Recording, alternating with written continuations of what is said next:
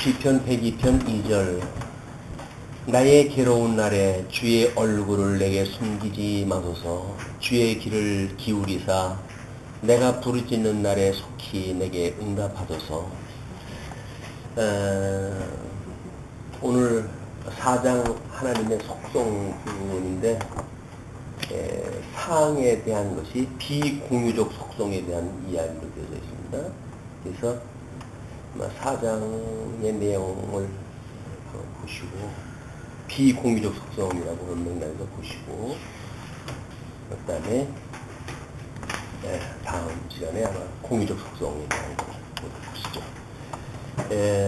제4장 하나님의 속성, 상, 비공유적 속성. 우리는 강론 시간에도 계속 비공유적 속성과 공유적 속성에 대한 걸 언급되어졌기 때문에 아마 그냥 귀에 익으실 거라고 보여집니다. 일단 문제제기를 이렇게 했어요. 하나님의 존재를 가정하고 하나님에 관한 지식이 난해하며 불완전하다고 정의하면서 하나님의 속성에 대하여 정확히 말할 수 있는가? 이것이 이제 문제제기를 한 거예요. 그러니까 이제 세 전제가 있으니까 하나님의 존재를 가정하고, 그리고 하나님에 관한 지식이 이제 성경이 난해하며 불완전하다고 정의하면서 하나님의 속성에 대하여 정확히 말할 수 있는가? 본질적인 질문이니까 한 번쯤 염두에 두시고, 두 번째, 하나님의 속성을 인간이 함께 공유할 수 있는가? 지금 비공유적 속성이기 때문에 이제 우리가 소위 3대 언약에서 이야기했을 적에는 그 비공유적 속성에 대한 것만 언급이 됐잖아요. 그러니까 인간이 함께 공유할 수 있는가? 라고 하는 문제 제기를 딱 한 거예요. 근데 우리는 그 문제 제기에 대하여 재반박하고, 그리고 우리가 말하고 있는 공유적 속성에 대한 거를 설명하다 해야 될 이유가 있을 것 같습니다. 다음은 하나님의 속성에 대한 분류 방법의 근거는 과연 무엇인가? 여러 가지 이제 교육신학적으로 분류가 있으니까 그렇게 문제 제기를 일단 했습니다. 일단 그 문제 제기를 그대로 받아들이고, 1절 하나님의 속성 괴간에 있어서 통상한 분류의 순서에 의하면 하나님의 비공유적 속성들은 자존, 불변, 무한, 유일의 넷이다. 이렇게 이야기를 합니다. 우리도 아마 하나님의 속성에 대해서 비공유적 속성을 우리 전능성, 그 다음에 신실성, 그 다음에 주권성, 그 다음에 영원성, 그 다음에 자비성, 이렇게 비공유적 속성을 이야기할 때에 하나님의 본질적 속성에 대한 걸 이야기를 따로 해요. 이제 본질, 영원하신 하나님의 이 본질적 속성의 존재에 대한 부분, 이 존재에 대한 부분의 속성과, 그 다음에 격의에 대한 속성과, 그 다음에 성품에 대한 속성, 이 세 가지를 하나님의 영원하신 하나님의 속성으로 이야기를 하거든요. 그래서 존재에 대한 영원성을 이야기를 하고, 그 다음에 격의에 대한 주권성을 이야기를 하고, 그 다음에 성품에 대한 거룩성을 이야기를 한다. 이거는 사실은 속성 부분을 이야기할 때는 5대 속성을 이야기를 하지만, 영원하신 본질적 속성에 대한 존재, 격의, 그 다음에 성품, 이런 걸 이야기를 할 적에는 셋으로 따로 나눠가지고 설명을 하기 때문에, 나름대로 5대 속성 가지고는 설명 안 되는 부분들, 이런 부분들을, 하나님이 어떠한 분인가, 그래서 신의 속성과 사단의 속성을 나눠가지고 이야기를 할 때, 이 사단은 영원성이 아니라 필조성을 이야기를 하고, 그 다음에 격의는 주권성이 아니라 종속적의 종속성을 이야기를 하고, 성품은 거룩성이 아니라 사악성을 이야기를 한다 해가지고 신의 성품과 사단의 성품을 구별했다 합니다.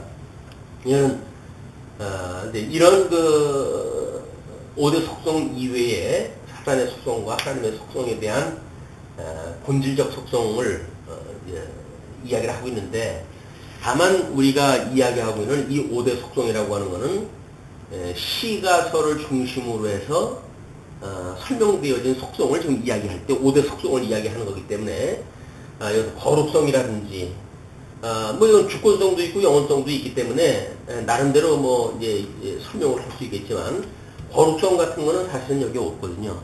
네, 그런 거는 이제 여기서 별도로 이야기를 하기 때문에 이 존재에 대한 영원성이나 또는 격의에 대한 이제 그 주권성이나 이런 그 부분들도 여기에 있는 그 내용하고는 5대 속성에서 있는 그 속성과는 뭔가 좀 구별되어지는 뭐 이런 그 의미가 있기 때문에 이제 우리 한번 살펴보면서 보도록 하죠.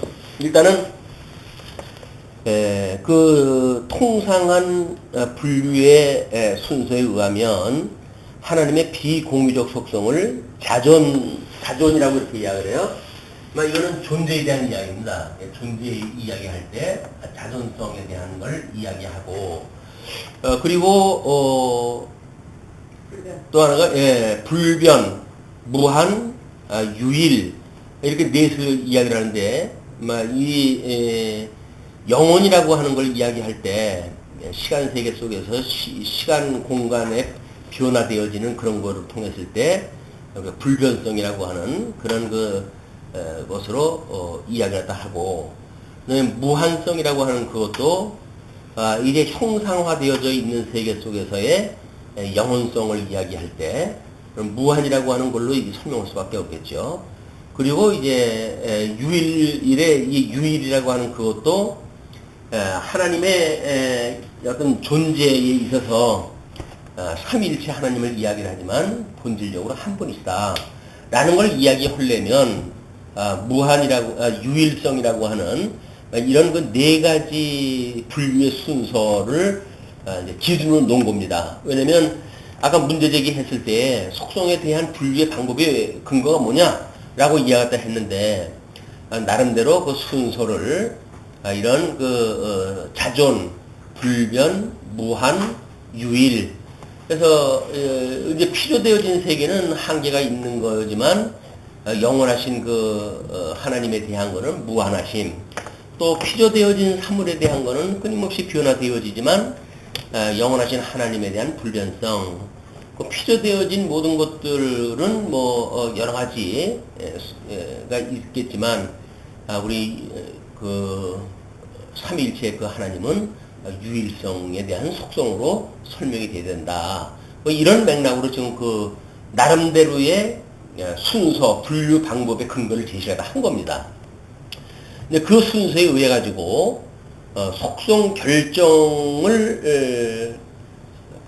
방법적으로 구분했다 했는데, 보통 네 가지를 이야기를 합니다. 하나는 합리적 방법이라고 이렇게 이야기를 해서 인간 사유에서 출발을 해가지고 자연과 마음과 역사로부터 인출된 변론들에 의하여 확정한다.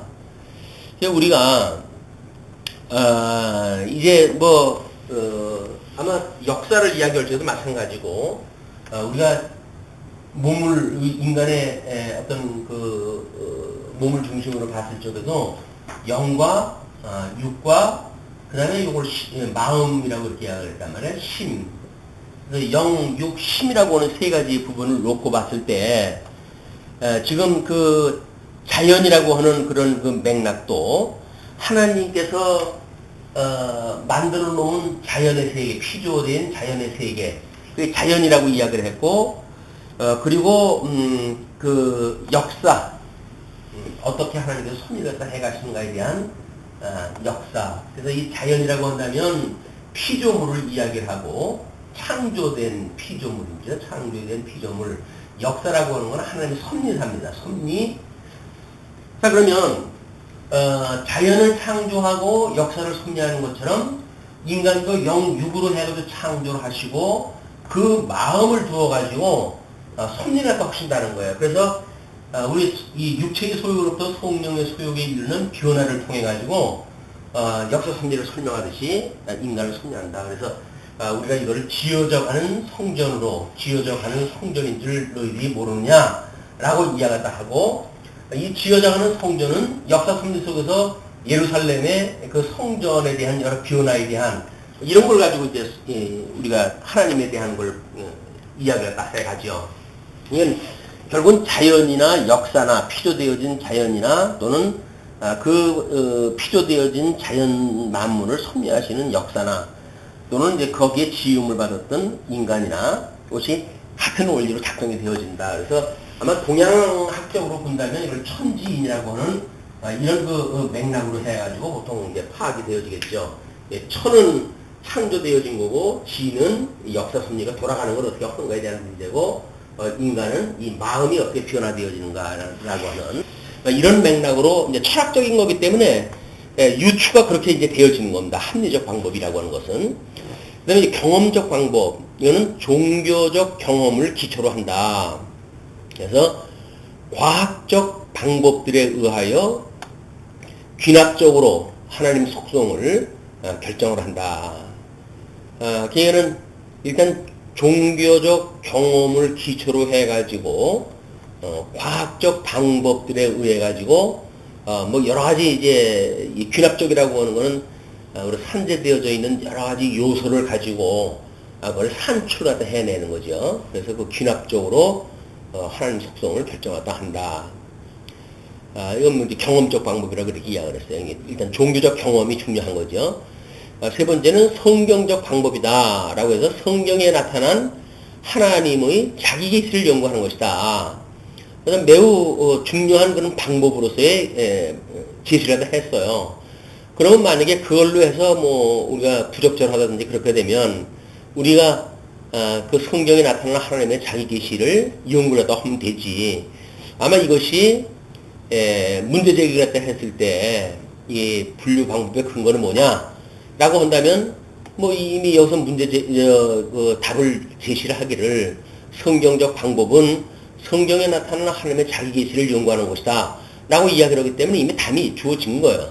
그런데 우리들이 이야기하는 성경 신학적으로 시가서를 중심으로 해서 한 것이 아니라 이때는 이제 성경 신학이 발달하기 전에 나름대로의 교리신학적 입장에서 봤을 때 성경 여러 군데서 이야기하는 요절을 가지고 아까 이야기했던 그 통상한 분류의 순서 막 그런 것들에 적합한 요소를 우리가 빼내가지고 하나님의 속성을 이야기를 했다. 이렇게 보시면 될 것 같습니다. 다음에 뭐 신인 동성주의라고 이렇게 이야기를 해요. 하나님과 인간이 같기 때문에 우리가 같은 어떤 성품에 대한 것을 이야기할 수가 있다. 이렇게 보는 거죠. 그래서 하나님과 인간이 형상이 같고 속성이 같다. 뭐 이런 맥락으로 해서 이제 공유적 속성에 대한 걸 언급을 하기도 하는 겁니다. 이것뿐만 아니라 성경에서도 여러 가지 인간의 속성을 이야기할 때 나름대로 뭐 성경 구절들이 있으니까 이제 앞으로 살펴보겠지만 있기 때문에 그런 것들을 우리가 해갈 수가 있겠다. 성경적인 방법으로만 해도 공유적 속성, 비공유적 속성을 이야기할 수 있다. 뭐 이렇게 볼 수가 있습니다. 그러면 하나님의 이제 속성을 분류를 갖다 하는데 절대적 속성, 그 다음에 상대적 속성, 이제 첫 번째 크게 나눠가지고 일단 절대적 속성과 그에 대비되어지는 상대적 속성을 나눠놓을 수가 있고, 그 다음에 내재적 혹은 자동적 속성과 유출적 혹은 타동적 속성으로 구분할 수가 있겠고, 세 번째는 자연적 속성과 형이상학적 도덕적 속성으로 이제 또 구분할 수가 있겠고, 하나는 긍정적 속성과 부정적 속성으로 나누는 수가 있겠고, 그 다음에 다섯 번째는 비공유적 속성과 공유적 속성으로 나눌 수가 있겠다. 근데 이 교육신학에서 일단 제목을 잡은 거는 비공유적 속성과 공유적 속성을 이야기를 했기 때문에 다섯 번째 분류 방법대로 분류된 걸 볼 수가 있겠죠. 일단 그런 개관을 가지고 첫 번째 절대적 속성과 상대적 속성을 봅니다. 절대적 속성은 그 자체 안에서 고찰된 대로의 신적 본체에 속하니 자존, 무량, 영혼 같은 것이다. 그래서 스스로 계신 하나님의 자존성, 또는 어떤 그 피조되어진 걸로 계량할 수 없는 무량한, 이거는 무한, 불변, 이런 거 다 포함되어진 그런 개념이겠죠. 그리고 영혼 같은 것이 절대적 속성이라고 그렇게 구분하다 하고, 상대적 속성은 하나님의 창조와 관계에서 신적 본체에 속하니 편재, 전지 같은 것이 포함되어진다.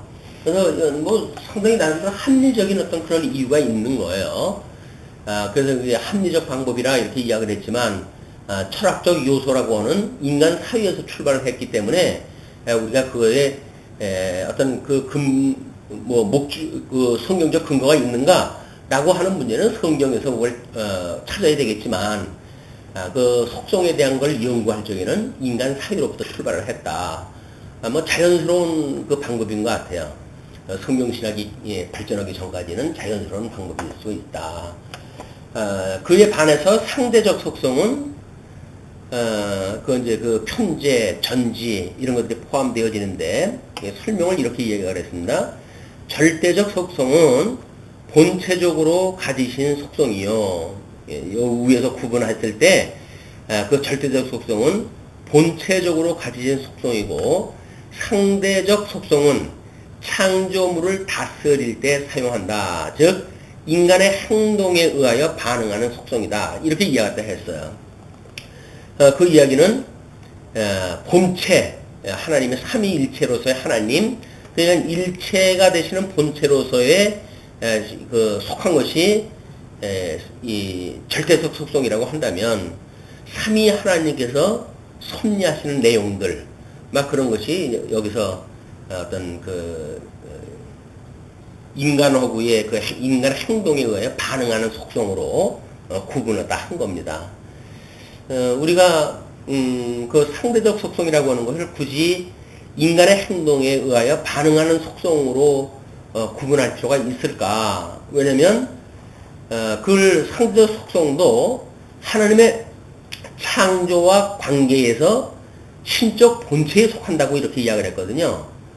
이건 창조와 이 관계라고 하는 그런 데서 이제 그걸 찾아봐야 되는데, 그렇기 때문에 편재라든가 전지성이라든가 이런 것들로 지금 포함시킨다는 이야기거든요. 그거에 대한 설명에서는 이렇게 어떤 설명을 허물어 해서 오히려 절대적 속성과 상대적 속성의 의미를 반감할 수 있는 여지가 있다. 이렇게 이제 보시면 될 것 같아요. 그래서 일단 그 위에서 설명한 걸 그대로 받아들이는 것이 교회신학적으로 설명한 걸 우리가 이해하는 방식이지, 그걸 우리식으로 또 재해석을 하고 이렇게 함으로 해가지고 하는 방식은 교회신학에서 말하고자 하는 것로부터 점점 멀어진다. 이렇게 보시면 될 것 같습니다. 근데 처음에는 이걸 우리가 비판하기 위해서 이제 이렇게 설명을 하고 추가적으로 이제 비판을 했는데, 지금 입장에서 보게 되면 그분들이 연구했던 거를 그대로 우리가 수용하는 것이 나름대로 우리 거를 주장할 때에 유익하게 되어지지 않겠는가, 이런 생각이 듭니다. 다음에 그 내재적 혹은 자동적 속성이라고 이렇게 이야기를 했어요. 그 두 번째 번에 보여주는 절대적 속성과 차별되어지는 내재적으로 봐야 되겠죠. 그거는 신적 본체의 외변에 진출하여 공작하지 않고 내재적으로 남아있는 무량성, 단순성, 영혼성에 기초해가지고 우리가 찾아낸 속성이다. 이렇게 구분했다 한 거거든요. 근데 신적 본체라고 하는 그 입장에서 보게 되면 외변, 그 본체의 외변에 진출을 또 한다든지, 이렇게 되면 본체가 그럼 내변이 있고 외변이 있다라고 하는 또 전제가 되어야 된단 말이에요. 그럼 영원하신 하나님의 본체를 봤을 때, 그 영원하신 하나님이 외변이 있고 내변이 있고 해서 그 외변과 내변에서 나타나는 공작하는 속성이 또 따로 있다는가, 이런 거는 매우 규명하기가 어렵습니다. 그래서 일단 이분들이 그 무량성이나 단순성, 영혼성을 이야기했을 때 이렇게 생각을 해서 뽑아냈다는 거예요. 그러면 일단 그리고 전제해가지고 나왔던 성품에 대한 걸 우리가 확인을 해볼 때 이것이 어떻게 성경에 게시되어진 속성으로 우리가 그냥 일원화시킬 수가 있겠는가 뭐 이런 차원으로 한번 정리를 해보는 것이 좋을 것 같습니다. 다음에 이제 유출적 혹은 타동적 속성이라고 또 구분해서 해놨어요. 유출하여 하나님에게 외계적인 결과들을 산출하는 뭐 무지무지하게 어려운 이야기들입니다. 이게 본체 되신 하나님께로부터 유출하여 그러니까 하나님에게 외계적인 그 외계적이라고 하는 건 또 내계적이 아닌 그런 그 외계적인 결과들을 산출하는 전능성, 자비성, 공의성 이런 것들을 이야기할 수다. 이제 그런 그 이야기예요. 이걸 설명을 또 이런 방식으로 족을 달아놨거든요. 자동적은 능동을 이야기를 하고 타동적 속성은 인간 행위에 의하여 달라진다. 이렇게 본 거예요. 타동적 속성은. 왜냐하면 실례로 해서 말을 잘 들으면 복을 주고 말을 안 들으면 벌을 준다. 라고 하는 것은 인간의 행위에 의해 달라지는 타동적 속성을 이야기한다. 이렇게 이제 본 거거든요. 그런데 여기 위에 그 본문에 보게 되면 그 타동적 속성은 하나님의 외계적인 결과들을 산출하는 전능성, 자비성, 공의성이라고 하는 맥락으로 되어져 있거든요. 그렇다고 한다면 여기서 설명한 거하고는 약간 달라요. 왜? 전능성이라고 하는 것도 하나님의 고유의 속성이고 자비성도 마찬가지고 공의성도 마찬가지거든요. 거기에서 공의성을 이야기를 하는데 말을 안 들으면 하나님의 공의로 해가지고 심판한다고 하는 그런 그 내용은 다르잖아요. 공의성이라고 하는 것은 하나님의 의를 지금 이야기하는 거고 자비성이라고 하는 것은 하나님의 사랑을 이야기하는 것인데 이런 어떤 공의성 안에서 말을 잘 들으면 복을 주고 말을 안 들으면 벌을 준다라든지 이런 개념이 포함되어진 거는 그것과는 거리가 있다. 그래서 오히려 우리가 이런 속성을 뭐 교의신학을 연구할 때에 그 교의신학을 연구하고 본문을 자의적으로 해석을 함으로 해가지고 오히려 우리의 그 허를 드러내는 경우가 많습니다. 상당히 경계해야 될 부분들이에요. 특히 뭐 이제 칼빈의 교리라든지 이런 걸 보게 되면 뭐 그거는 뭐 엄청난 그 신학적 그 우리가 바탕이 봐야 되는데 사실은 원어를 가지고 우리가 그 책을 읽어본 사람들이 아무도 없어요. 번역되어진 걸 가지고 우리가 그걸 파악을 하는 수준이기 때문에 그 원어가 이야기하려고 했던 본문에 우리가 가까이 갈 수가 없습니다. 그럼에도 불구하고 우리가 그걸 비판한다고 하는 그런 그 이야기는 매우 조심스러워요. 그런데 우리 연구원들이 연구할 때 그런 이야기를 했어요. 아마 칼빈이 이 시대에 무덤에서 일어난다고 한다면 우리들이 말하는 걸 보고 다시 죽을지도 모른다. 까무러쳐가지고. 내가 언제 그렇게 말했냐. 지네들 마음대로 그렇게 해놓고 나를 비판하고 이렇게 한다. 뭐 이런 그 우스갯소리를 다 했거든요. 그러니까는 우리가 이렇게 어떤 걸 비판한다고 할 적에는 비판에 대한 걸 충분히 연구가 돼야 돼요. 충분히 연구가 되어져야 과와 오를 이렇게 선명하게 할 수가 있지. 대충 알고 그리고 우리가 이제 성경신학적으로 뭔가 이렇게 바탕이 있다고 해가지고 너무 이렇게 비판하고 하는 그거는 어떤 원본에 대한 거를 우리가 자의적으로 이렇게 오류적인 그런 그 비판을 찾아낼 수가 있다. 조심스럽다. 그래서 우리가 과거 믿음의 선배들이 연구했던 것들이 나름대로 수용을 갖다 한다든지 비판할 수가 있겠죠. 근데 비판은 충분히 수용성을 전제로 해가지고 이걸 갖다 해야 돼요. 그래서 합의할 수 있는 그래서 그런 것들을 그냥 어떤 비판이 과와 오로 이렇게 나눠가지고 배제시키는 것 쪽으로 연구가 되어지게 되면 비판을 위한 비판을 자꾸 하게 돼요. 우리들 이제 연구할 때 그렇게 되어졌지만 비판하는 비판을 했다 하니까 자꾸 잘라내게 되어지고 그걸 부정하고 싶어하고 그리고 새로운 나의 주장을 자꾸 이제 이렇게 강조하고 싶은 욕심이 만들어지거든요. 그렇기 때문에 진정성에 대한 좀 오해가 있을 수가 있습니다. 다른 분들이 보면 뭐 쟤네들은 무식한 애들끼리 만나가지고 그 지네들만 달랐대 이런 그 이야기를 할 수가 있는 거예요. 그럼 매우 조심스럽다. 그래서 그 신학교에서도 이걸 이제 정식으로 가르치는 학문 아닙니까?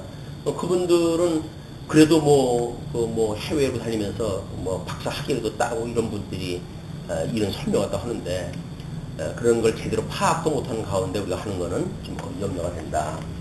그래서 정성욱 씨 같은 경우는 이제 여기서 미국으로 가지고 이제 공부를 더 하고 그러지 않았어요. 그래서 우리가 그동안 자기도 이제 논문을 쓸 때 비판한 거 책이 그냥 나와져 있는 상태인데, 근데도 불구하고 우리의 그 신학에 대한 거를 또 비판하는 그런 어쩔 수 없는 그런 그 자리가 이제 그에게 주어졌고, 물론 주어진 거는 그의 어떤 그 정치적 입지에서 불가피한 것이 있었겠지만 그런 것들은 우리가 한 번쯤은 조심하자 할 이유가 있다. 또 우리도 마찬가지죠.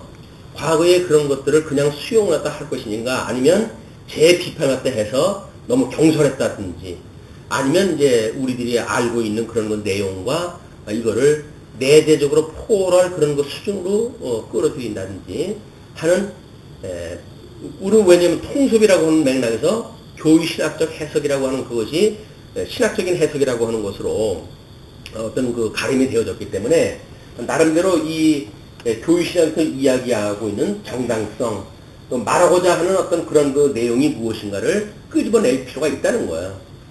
그걸 무조건 비판하는 일들은 조심스럽다. 그렇게 정리를 하고 연구가 됐으면 좋겠습니다.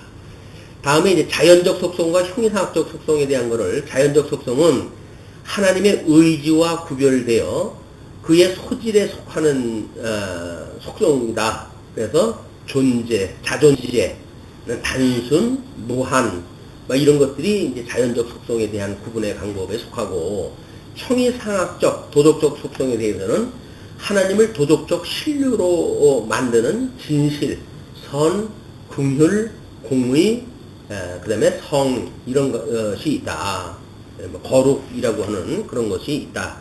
이렇게 이제 구분했다 했고, 그 다음에 이제 긍정적 속성과 부정적 속성에 대해서는, 긍정적 속성은 편재, 그 다음에 전능, 이런 것으로 해가지고 신적 본체의 어떤 적극적 완전을 표현한 내용이다. 이렇게 보고, 부정적 속성은 불변, 무한, 불가, 완해 같은 모든 종류의 흠결이나 제한을 하나님에 관하여 부정하는 것.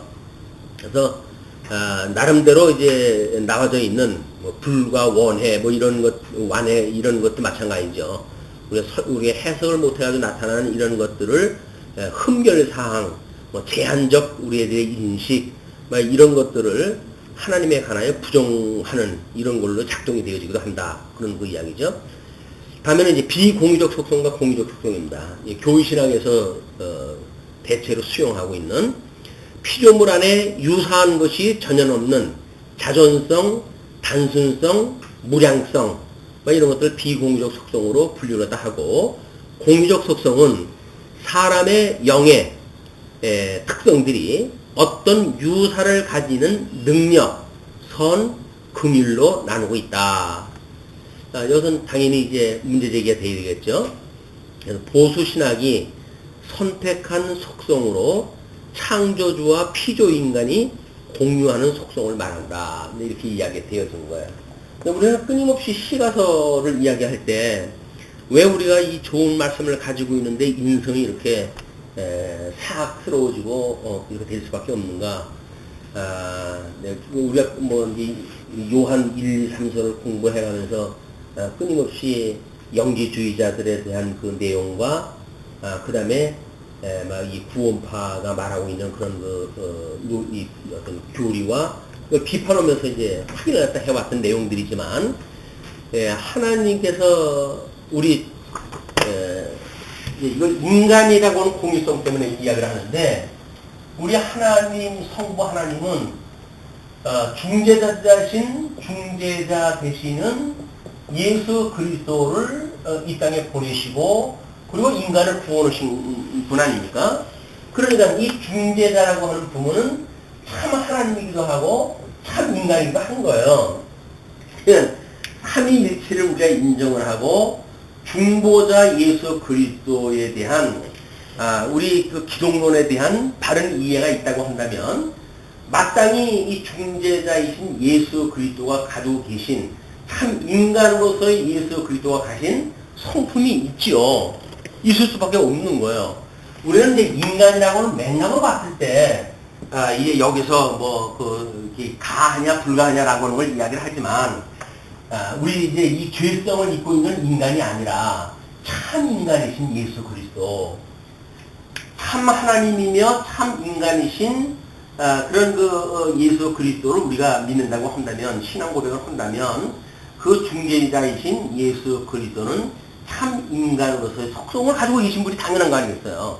그러니까 무조건 오고 어떤 절대적 속성을 이야기하고 그 다음에 공적 속성 문제가 있다라고 배제시키는 거는 이런 맥락에서 봤을 적에는 우리가 조금 경솔했다.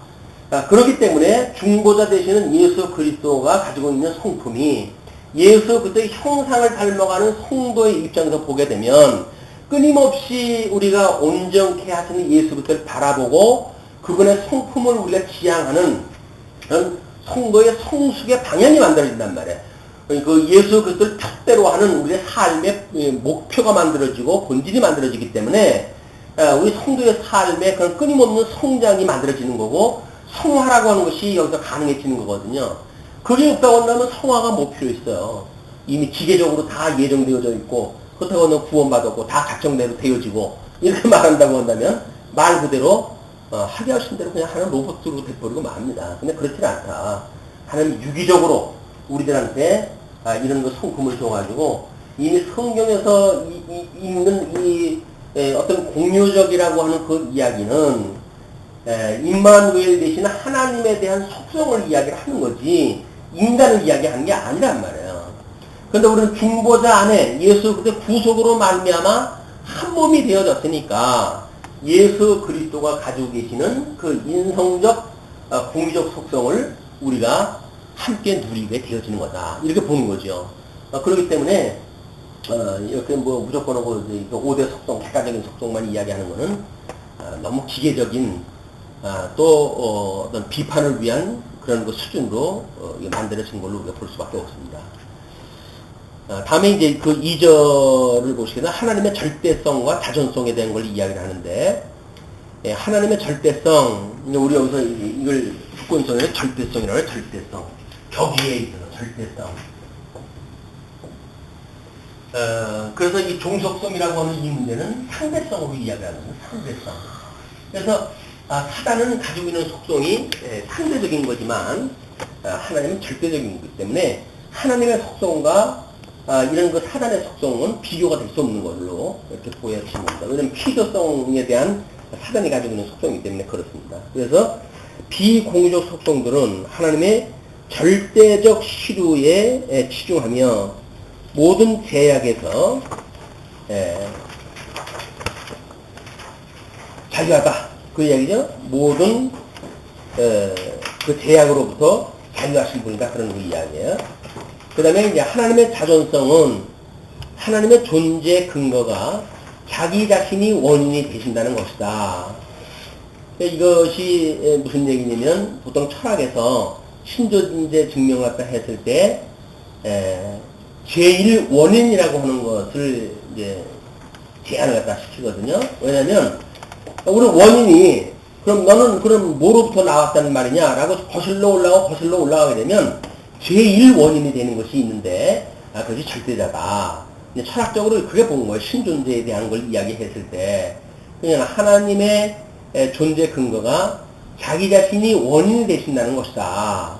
그 교신학적으로 봤을 적에는. 그리고 하나님은 자신의 시류의 필연성에 의해서 존재하시며, 그러면 시류라고 하는 거는 존재하시는 거 아니에요. 존재해야 되시는 분이기 때문에, 존재하시는 분이기 때문에 존재하시며 독립성을 갖는다. 이렇게 이야기를 하거든요. 근데 이제 문제제기하기를 필연성은 하나님도 누구에 의하여 강요를 당하는 인식이므로 당연성으로 이야기를 해야 된다. 이제 표현을 그렇게 이야기를 했어요. 하나님은 당연히 계신 분이기 때문에 당연하다고 봐야지, 필연성이라고 이야기는 어떤 누구에 의해 가지고 강요를 당하는 그런 표현이 아니냐. 표현상 문제되겠다 한 겁니다. 다음 하나님의 불변성에 대한 이야기예요.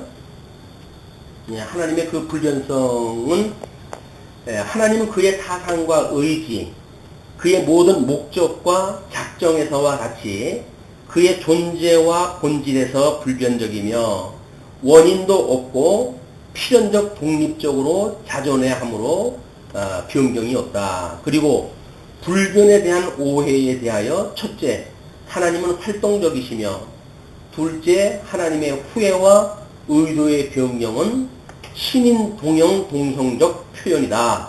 하나님 가끔 가다가 내가 그렇게 만든 것을 이제 후회하시고 이렇게 설명하는 것들이 나오잖아요. 그거는 하나님과 신을 동형 동성으로 본 표현의 방식이다. 그런 거 이야기죠. 그래서 하나님의 후회라든가 변의, 변태 이런 것들의 서술이고, 셋째, 신적 목적 전체를 살필 것이다 라고 한다. 하나님의 불변성에 대해서.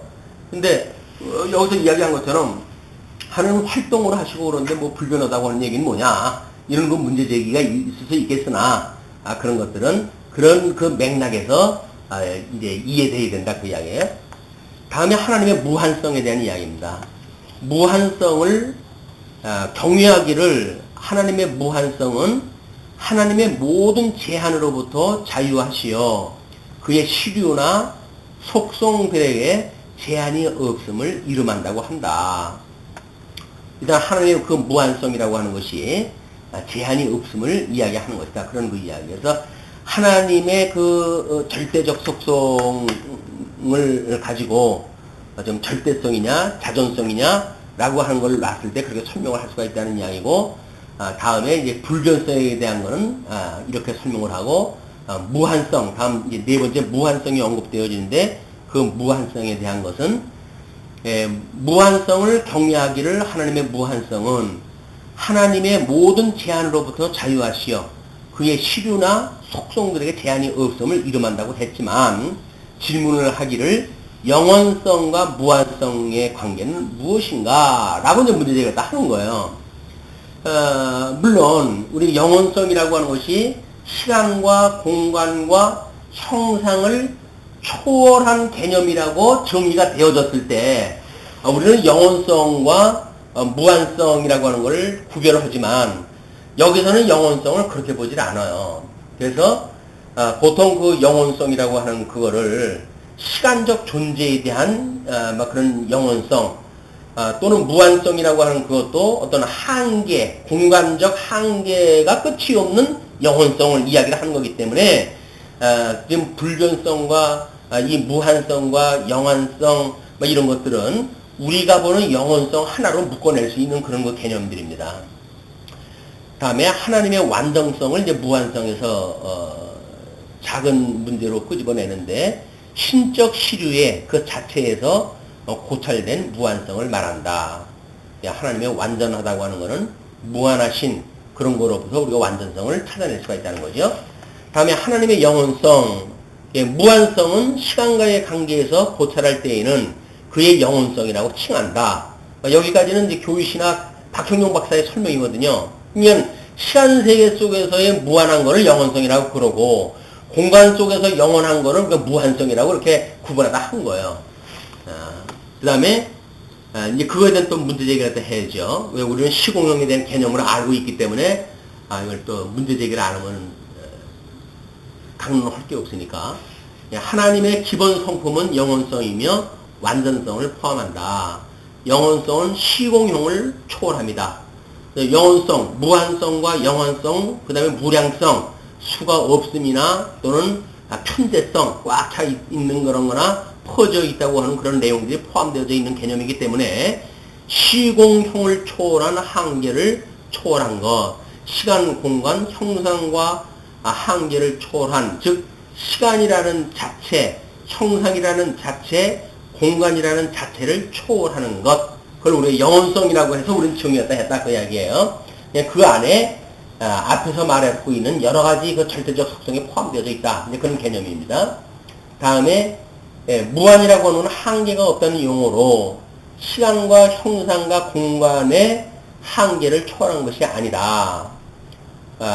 이제 그렇게 설명을 하면서 그 시간이라고 하는 그것은 순간과 시간과 대비된 개념이고, 그 다음에 무한은 유한과 대비된 개념이고, 영혼의 반대는 없다. 이렇게 본 거예요. 교시학적인 철학적 그 입장에서 봤을 적에. 그리고 무한성이라고 하는 출발은 있어도 끝이 없는 거를 무한성이라고 이야기를 했고, 영혼이라고 하는 그 이야기는 시작과 출발이 없는 걸로 이야기를 했다. 그 성경에서 끝없이 이렇게 나오잖아요. 나는 시작이요, 이제 알파요 오메가다. 나는 시작이고 끝이다. 뭐 이렇게 설명이 끝이 되어지기 때문에 그런 거를 나름대로 이제 조합을 하고 설명을 한 것이 영혼성이라고 하는 거는 시작도 출발이 없는 걸 말한다. 그 이야기는 내재되어진 시간과 공간과 형상을 초월한 개념이라고 하는 것이에요. 근데 이제 그런 개념이 없기 때문에 이렇게 설명을 한 것 뿐입니다.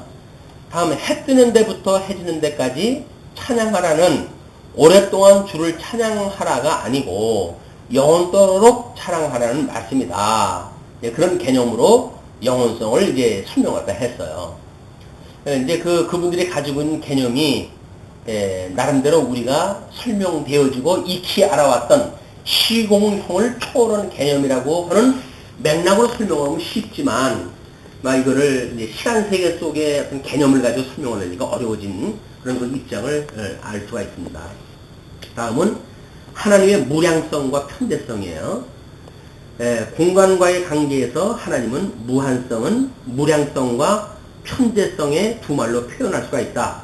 이렇게 본 거예요. 그래서 무량성이라고 한다면 하나님은 공간에 의하여 제한되거나 정계되지 않는다. 이 경계가 정해지지 않는다. 그런 그 이야기죠. 무량성의 이야기고, 편대성이라고 하는 그 이야기는 하나님은 어디에나 다 계시다. 이걸 이야기를 하는 거예요. 그러니까 그림으로 보면 단순한 거예요.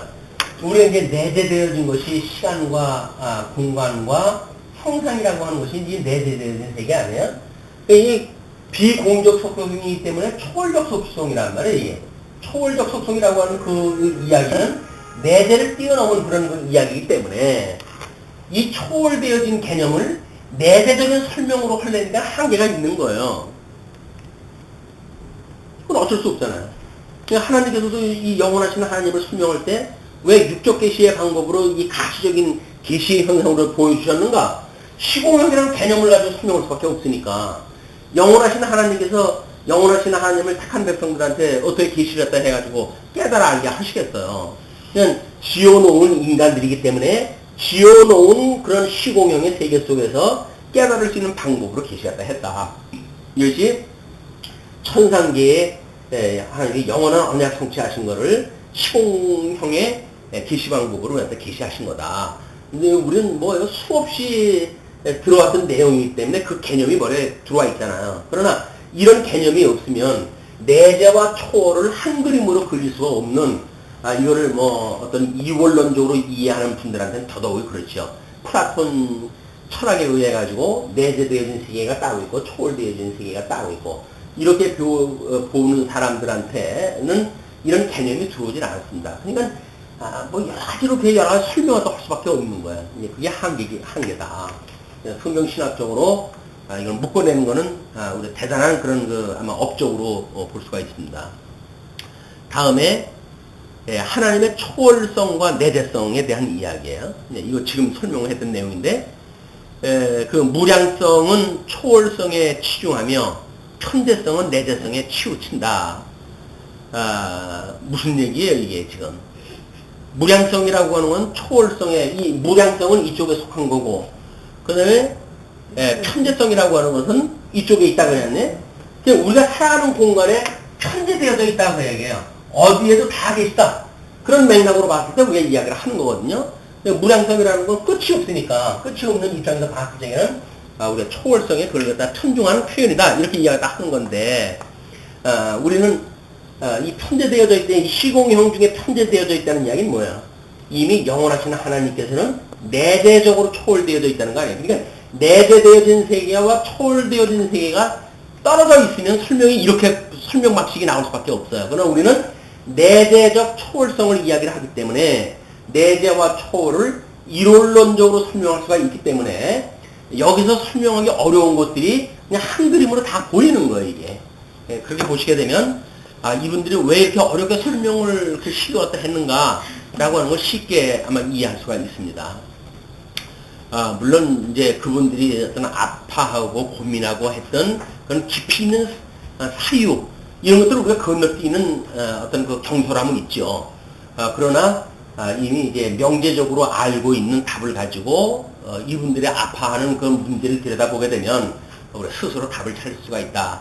이런 개념으로 이해하시면 그분들의 그런 그 고통스러운 어떤 그 신학적인 학문적 연구, 자세, 노력 이런 것들을 우리가 아주 존중하고 뿐만 아니라 설명이 난해한 방식들은 이런 단순한 방식으로 우리가 성경적 방법으로 이야기할 수가 있다. 이렇게 보면 그분들의 업적도 우리가 인정을 하고 또는 우리들이 알아들을 수 있거나 이해할 수 있기 쉬운 방법으로 설명을 또 정리할 수가 있다. 이렇게 보면 될 것 같습니다. 그게 우리가 포괄적으로 수용한다 한다고 이야기입니다. 그 다음에 하나님의 이제 유일성에 대한 이야기. 그러니까 지금 절에 나오는 것이 전부 하나님의 공유적 속성을, 비공유적 속성을 이야기를 하는 겁니다. 5절까지 나왔으니까 지금 5가지의 속성을 이야기를 한 거예요. 그 하나님의 유일성이란 무언가, 유일성의 의미를 오직 하나의 절대 자존, 불변, 무한하신 영이 계신다는 것과 신적 성질은 나누어 있지 않고 또 나눌 수 없다는 것이다. 이게 삼위일체에 대한 설명도 이런 신의 속성을 가지고 삼위일체를 설명을 했기 때문에 어려운 거예요.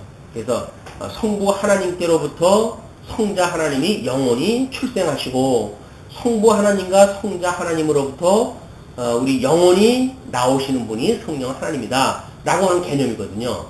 근데 그 삼위의 하나님은 본체는 하나이시다.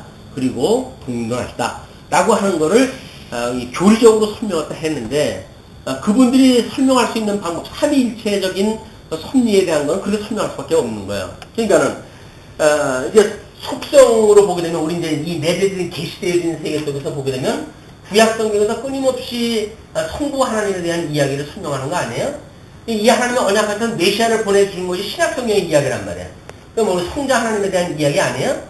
성자 하나님에 대한 이야기도 지상사역과 천상사역으로 나눴을 때 우리는 기독론이라고 하는 것을 성자 하나님에 대한 이론으로 배웠고 이분이 승천하셔서 보좌 우편에 앉아 계시면서 성령을 보내주시고 성령이 역사하시는 그 내용은 성령의 역사지만 그 성령의 역사는 천상에서 하시는 그리스도의 역사를 증거하는 그리스도의 천상사역이란 말이에요.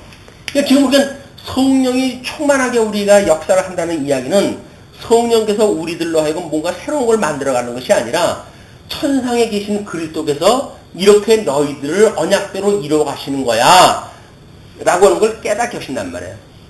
그래서 우리는 성령을 인식의 주관자로 보는 거예요. 우리 하나님, 예수님이 천상에서 당신의 그런 성도 되어진 사람들로 하여금 당신의 형상만큼 완전하게 해간다. 그걸 성령을 통해가지고 우리한테 깨닫게 해주시는 거란 말이에요. 성령의 사역이 따로 있고, 그리스도의 천상 사역이 따로 있고, 이런 개념으로 보면 안 되는 겁니다. 우리 성령을 왜 인식의 주관자로 보는가? 그 이야기는 그리스도께서 하신 천상의 일을 우리한테 보여주시는 거란 말이에요. 근데 그걸 보여주시기 위해서는 모든 성경이 말하고자 하는 그 메시아에 대한 이야기를 깨달을 수 있게 하시기 때문에 진리 인식의 주관자다 이렇게 본 것이고 요한복음에서는 그래서 그 성령님을 다른 보혜사 성령을 너희한테 보내주겠다 이렇게 이야기되어져 있거든요. 그 이야기는 우리 예수님이 보혜사로 오셨다고 하는 이야기예요. 은혜를 우리한테 하나님의 은혜를 깨닫게 하는 보혜사로 오셨는데 이제 이 육신을 입고 오셨기 때문에 영원히 우리와 함께 있을 수가 없으니까 그분은 하늘 승천을 갖다 하시고 그리고 성령을 보내주셔서 성부와 성자로부터 영원히 나오시는 성령을 우리한테 보내주셔가지고 우리로 하여금 이 성경에 계시되어진 삼위일체 하나님을 깨달아 알게 하신다. 그런 그 이야기예요. 그리고 유일성을 첫째 단수성, 독일성, 독특성 이런 말로 표현할 수 있는 여러 개념을 묶어가지고 이야기하다 하고 둘째 하나님의 단순성으로 구분하다 한다. 그래서 수가 하나라고 하는 단수성 이런 걸로 이제 보거나 아니면 성질이 독특하다거나 라고 했을 때 단수성이나 또는 아주 유일하신 그런 걸 이야기했을 때 단수성으로 그 유일성을 구분하다 해볼 수가 있고 또 그 유일성을 다른 개념으로 해서는 하나님의 단순성을 이야기하는 것으로 이야기할 수 있는 그 이야기입니다. 비공유적 속성이고 초월적 속성이기 때문에 매우 어렵게 설명이 되어져 있어요. 그런데 이제 우리들의 입장에서 보게 되면 전능성, 신실성, 주권성, 영원성, 다비성이기 때문에 그 개념을 욥기에서 하나님이 전능하시다고 하는데 네가 무슨 이유가 있어? 라고 하는 질문 하나로 그냥 일축시켜 버렸잖아요. 그러면 그게 욥하고 뭔 상관이 있느냐라고 봤을 때 오실 메시아에 대한 그분이 오르신 분, 그래서 행위 언약으로 다 망하게 하시고 거기서 은혜 언약을 인해가지고 택한 백성만 구원을 시키시는 하나님의 그런 신정적인 전능성을 이야기하시는 일로 정리가 되어진 겁니다. 신실성도 마찬가지죠. 하나님은 한 번 언약을 하시게 되면 그걸 이루시는 분이라고 그러는데 그 이루시는 것이 시의적 신실성이란 말이에요. 의를 이루시기 위해서 그렇게 해가는 거지 기계적으로 이걸 이루어가는 것이 아니다. 그래서 의를 이루기 위해서 하나님은 한 번 언약을 하시면 이루게 되어진다. 그래서 불택자는 100년이 가도 그냥 불택자고 택한 백성들은 아무리 불택자처럼 살아가는 삶을 살다 할지라도 때가 되면 하늘 불러내셔서 하나님의 이 신실성을 이루어가신다. 취의적인 신실성이다. 주권성도 마찬가지죠. 하나님 만사를 하나님의 이 작정하신 대로 이루어가신다는 거 아닙니까? 그러나 하나님의 주권적인 섭리에는 여기에 유기적 그 피조되어진 예수, 중재자 된 예수 그리스도와의 유기적 관계가 있고 삼위일체적인 유기적 관계가 있고 또는 기독론적인 유기적인 그런 그 입장이 있고 그런 맥락에서 예수 그리스도 한 몸 되어진 성도들과도 유기적인 주권성이다. 그래서 그걸 깨달아 알고 기쁜 마음으로 하나님의 주권이 인정되어지는 거지 백성들은 싫은데 억지로 주권적으로 되어지는 게 아니다. 그런 그 이야기죠. 영혼성에 대한 이야기도 그렇게 정리가 되어진 겁니다. 저는 여러 가지로 이제 시공형에 대한 걸 표현하다 여러 가지를 했지만 영혼성이라고 하는 그 이야기는 하나님께서 영원하신 분인데 그럼 영원하신 분이 영원하시면 됐지 어쩌란 말이냐 이렇게 이제 이야기를 하고 이 시간과 공간과 형상의 세계 속에 살아가는 성들의 삶에 대하여 별로 의미를 부여하지 않는다고 한다면 우리는 영원히 다 이루어졌어. 어느 날 여기 점 하나 딱 찍어놓고 이게 하나님께서 이루어하신 섭리야. 거기서 인간들이 말이 많냐 이렇게 일축한다는 그 이야기는 아니 영원하신 하나님께서 왜 그러면 이 수많은 시간을 거쳐가지고 계시갖다 해가실까요? 너무 이걸 무시하는 일이란 말이에요. 하나님께서는 이 영원하다고 하는 계시의 의미가 있는 거기 때문에 계시로서 여기서 우리가 가치와 의미를 깨닫지 않는 그런 영혼성이라고 한다면 아무런 의미가 없어요. 나하고 상관없는 그 영혼성인 거예요. 그렇기 때문에 우리는 계시적 영혼성이라고 하는 그런 맥락으로 우리 초월적 속성을 이해를 해야 되고 자비성도 마찬가지죠. 그 질문이 그거네. 하나님은 사랑이신데 왜 전쟁이 끝나질 않고 그 아프리카 사람들한테 배고픈 아이들을 그렇게 죽어가게 하십니까? 요즘 그 기독교 신문에 어떤 전도사가 게재하고 있는 글이 하나가 있는데 나는 수시로 하나님을 원망합니다. 하나님 마음에 안 드는 거 많습니다. 해가면서 이야기 해가는 게 있어요. 왜냐면 이 비리에 얼룩져 있는 현실적인 삶에 대한 거를 하나님이 살아계시다고 한다면 어떻게 가만히 있을 수가 있습니까? 거기다가 또 죽도록 충성하는 사람이 어떤 그런 그 고난을 당하고 죽어가는 장면을 보게 되면 믿는 사람들이 좌절해요. 도대체 하나님 뭡니까? 하나님을 허는 사람이 저 죽어가는데 아니 어떤 사람이 전염병으로 해서 죽어가는데 선교사업을 하다가 그래가지고 뭐 연락을 갖다 해가지고 약품을 공수를 하는데 약품이 닿기 전에 30분 전에 그분이 돌아가셨어요. 그랬더니 그 옆에서 그걸 치료하던 같은 선교사 일행이 좌절을 하는 거예요. 하나님의 일을 이렇게 하는데 그냥 죽어가는데 하나님 30분을 더 기다려주지 못한단 말입니까? 하나님 원망 아니에요. 하나님을 원망하는 욥하고 똑같은 거야. 인생 설명이 안 되어지는 거야. 하나님의 원망스러운 거예요. 그것도 뭐 남의 일도 아니고 하나님을 하겠다고 그러는데, 주의 일을 하겠다고 그러는데 하나님 그러실 수가 있습니까? 그 이야기거든요. 그 30분만 기다려주면 약이 도달하다 하고 그 사람이 살아날 수도 있는 건데 생명의 주관자가 없어요. 그때는 죽어가는 동지를 해서 살리는 거에 그냥 빠져버리기 때문에 이런 것이 인간이 가지고 있는 한계다. 그런데 자비성이 누구한테 자비해야 되는 게 아니잖아요. 선택적으로 자비한 거예요. 택한 백성들한테 자비를 갖다 보여주신다는 이야기지. 이미 부탁한 백성들, 유기약으로 예정되어진 자들은 뭐가 준비되어져 있어요? 그 뜨거운 불못이 준비되어져 있는 거예요. 아니, 하나님의 전쟁은 비교도 안 되죠. 그 지옥 속에다 집어넣을 거는.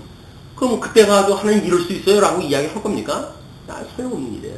그래서 이게 어떤 초월적인 하나님의 속성만 이야기하는 것에 대해서는 매우 어떤 편파적인 하나님에 대한 걸 온전히 이해할 수 없는 그런 그 속성을 이야기할 수밖에 없다. 중보자 대신 예수 그리스도로 인해서도 우리가 이렇게 내재되어진 공유적 속성에 대한 것을 설명이 필요하고, 그리고 그거에 대한 우리가 감동이 이제 필요하다 하는 것 때문에 다음 시간에 아마 하나님의 공유적 속성에 대한 것을 5장으로 이제 계속이 되어집니다. 자, 오늘은 여기서 마치죠.